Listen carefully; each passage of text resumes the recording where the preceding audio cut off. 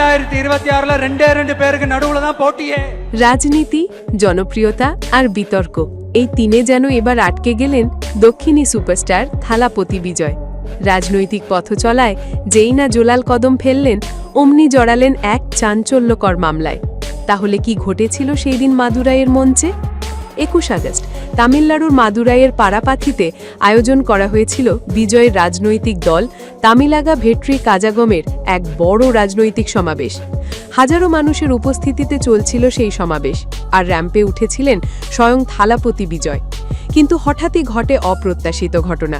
কয়েকজন দর্শক বিজয়ের কাছে যাওয়ার জন্য র্যাম্পে উঠে পড়েন। অভিযোগ, বিজয়ের দেহরক্ষীরা তাদের ধাক্কা দিয়ে ফেলে দেন। এই ঘটনার কেন্দ্রবিন্দুতে আছেন শরৎ কুমার নামের এক ব্যক্তি, যিনি অভিযোগ করেছেন তাকে মারধর করে র্যাম্প থেকে ফেলে দিয়েছেন বিজয়ের বাউন্সাররা। বিজয়ের রাজনৈতিক পথচলা শুরুর পর থেকেই ছিল আলোচনার কেন্দ্রবিন্দুতে। তবে সাম্প্রতিক সমাবেশে তিনি যেন আগুনে ঘি ঢালেন। তিনি সরাসরি আক্রমণ করেন ভারতের ক্ষমতাসীন দল বিজেপিকে। প্রধানমন্ত্রী নরেন্দ্র মোদীকে ফ্যাসিস্ট আখ্যা দিয়ে ঘোষণা দেন ফ্যাসিবাদের বিরুদ্ধে যুদ্ধের। তিনি সাফ জানিয়ে দেন, আসন্ন তামিলনাড়ু বিধানসভা নির্বাচনে তার দল টিভিকে একাই লড়বে, কোনো জোট নয়, কোনো আপোষ নয়।